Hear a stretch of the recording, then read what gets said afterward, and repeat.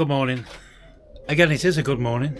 On this, is it our third heat wave? I think it is, of the summer. But this, just a short, honestly, this is just a short one. I've been asked by one or two people if I could possibly do a little video with my upcoming big adventure, shall we say, to Norway, of what I'm doing about it. In other words, preparation wise. So, okay then, that's what we'll do. So we'll start in the man cave with Blizzard, because that's the bike I'm using, obviously. And you'll notice straight away there's no back wheel. I'm waiting patiently for a chain and sprockets to come, because I'm going to put a new chain and sprockets. I'm going to treat it. New chain and sprockets.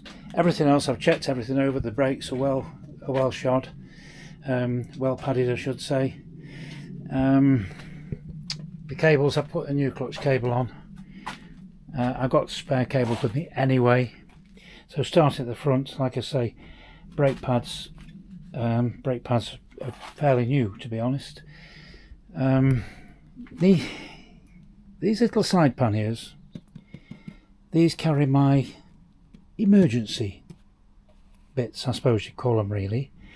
2 new tubes, 2 spare tubes in here, and a rechargeable Chummy or Xiaomi tyre pump in there. It works very well. I've tried it several times. Tried it at Hanger coming down from Scotland, obviously, when we had the puncture, rear wheel puncture. On the other side, I've got 2 litres of petrol, or 2 litre carrier for petrol put in, half a litre of oil, just keep it with me just in case, multi-tool, Leatherman multi-tool, basically the stuff I need to keep myself on the road, should anything happen. Up in the cockpit, it's a bit busy, I know, but it's all there. Phone holder, that's my Carpio ride, which I've got the hang of now at long last. Folding mirrors for when I'm off-road, they're really well worth it. And this came from Gary of Economical Rides, this idea. You see, when I had my puncture on the M74 at 2 o'clock in the morning, I really would have liked to have some warning that things were a little bit amiss with the tyres. So, and Gary had this, he has this tyre pressure monitoring system. So I started thinking about it, and I'm trying one out, and it's working very well. The tyre pressures are not dropping, and it lets me know, it flashes if the tyre pressures drop below a certain poundage. So we'll give it a try. This is mount for me rear facing camera. Don't use very much, but it's there just in case. In terms of comfort, yeah, a good old faithful sheepskin, but it's got 10mm of gel underneath it as well. So yeah, I'm doing everything I can to make things easy for myself. I spent a bit of money on it. As far as the crash bar, the engine bars are concerned, I've had those powder coated, tidied them up, they're getting a bit scabby, as with the pannier rails here at the back. Now, because I've just had them powder coated, it eases my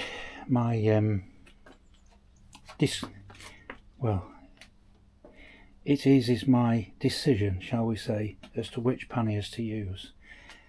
I've got my aluminium panniers,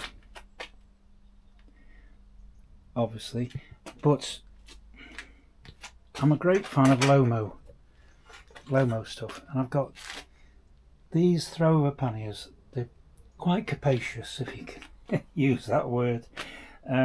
Easy to use, guaranteed waterproof. I just like them. And the other thing is, because of the way the aluminium panniers fit. They scuff the lovely finish on the lovely finish on the pannier rails, so I don't want to do that to my brand new, newly treated pannier rails. And that's about it. Oh yes, of course, I've got my spare levers fastened to the pannier rails as well, just in case, and a wad of zip ties, cable ties on the carrier at the back. I don't use a top box, never have used a top box when I've been travelling. I just fasten my tent and my sleeping bag and my chair, shall we say, on the back, and it just about takes everything I need. Now then, as far as the travel is concerned, the map I've got here doesn't show everything. I'll be travelling from Hull to Rotterdam. It's only 90 miles to Hull from here, which is far shorter than the ferries across the channel and further south. So I'm going Hull Rotterdam. It's not cheap, but it makes the job easier. Hull Rotterdam, which means a journey across Holland into Germany, and then through Germany up to the Danish border, over into Denmark, and up to the top of Denmark to Hertsholz, in the very north of Denmark. And then I didn't realise it existed, but I got a ferry from Hertsholz right the way around to Bergen. Because fortunately the things I'm interested in Norway are all in the southern half of the country. The most mountainous area really is the southern half of the country. Probably the furthest north will be the Grand Ocean Road, the Grand Atlantic Ocean Road, which is so famous now.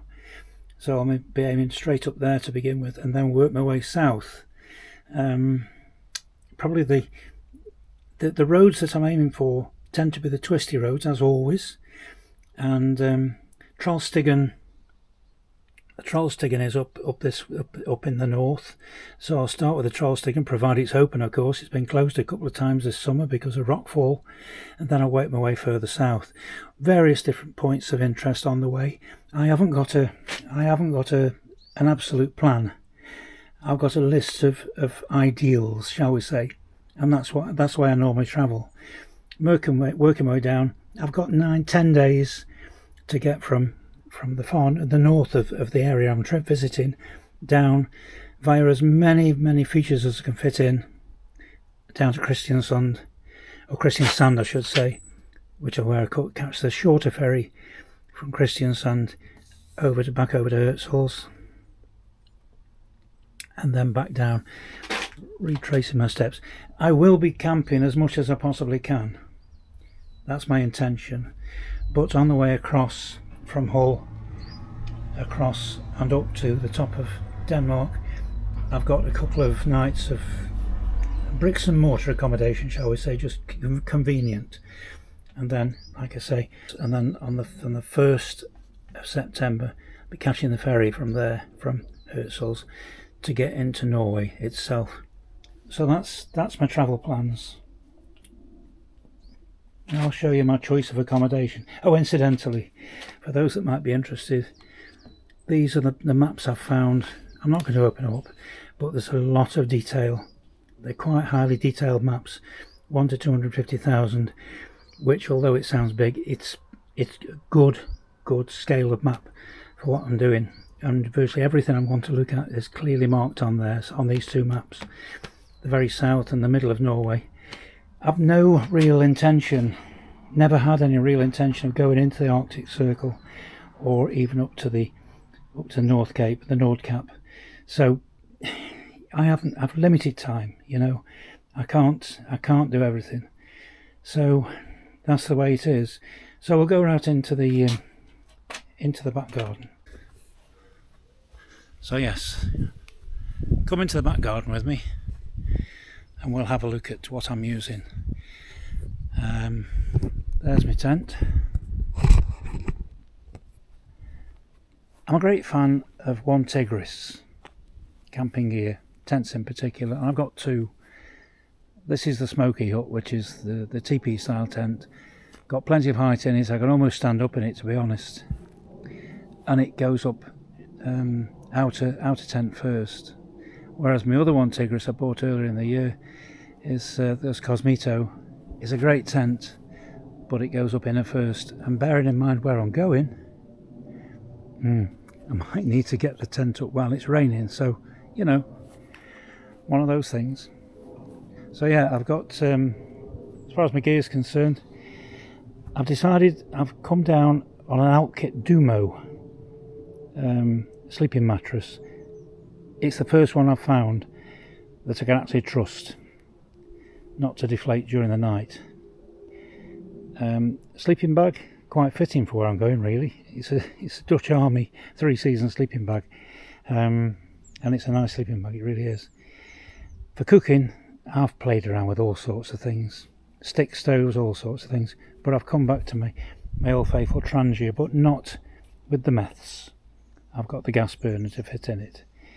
I've got, as far as my pillow's concerned, it's a 4-class from Decathlon, inflatable pillow, and the little black bag. Yeah, that's my Jetboil copy, just so I can make a brew very quickly. And that's about it really. There's oh yeah, the Out Sunny, the green bag, the Out Sunny. That's my folding chair. Very light and goes up very quickly.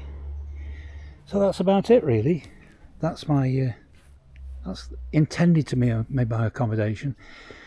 I do weekend occasionally and go for a cheap B&B, but there's also cabins in the Norwegian campsites, and I might weekend, you know, go for something more solid.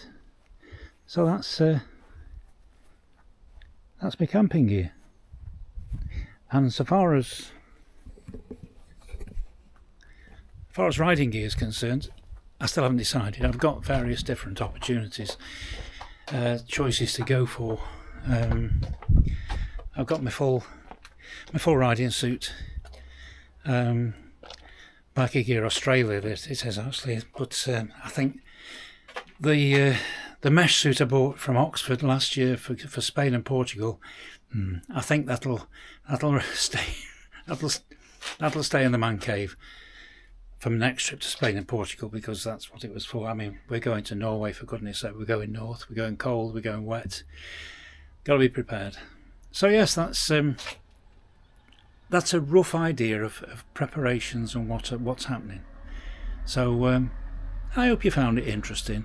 I know it's not everybody's cup of tea, this sort of video, but one or two people asked me about it, so I've let you know.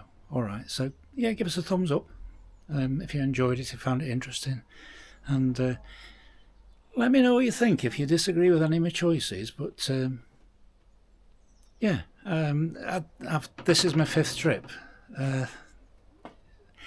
It feels a bit alien to me, this one does, because I'm going a completely different direction to normal. I spent 4 years, four trips to Spain and Portugal, and down through France and the Pyrenees, and I've become, I won't say complacent, but I think I've become too comfortable with the Iberian Peninsula, if you like, and it's time to try something different. And Norway has always been, for a long time now, has been on my radar. So this is my opportunity. I'm 73. I'm not going to have so many more opportunities to spread my wings and go a little bit further, but so that's why I'm doing it. So yeah, leave it with you. All right. See you in the next one.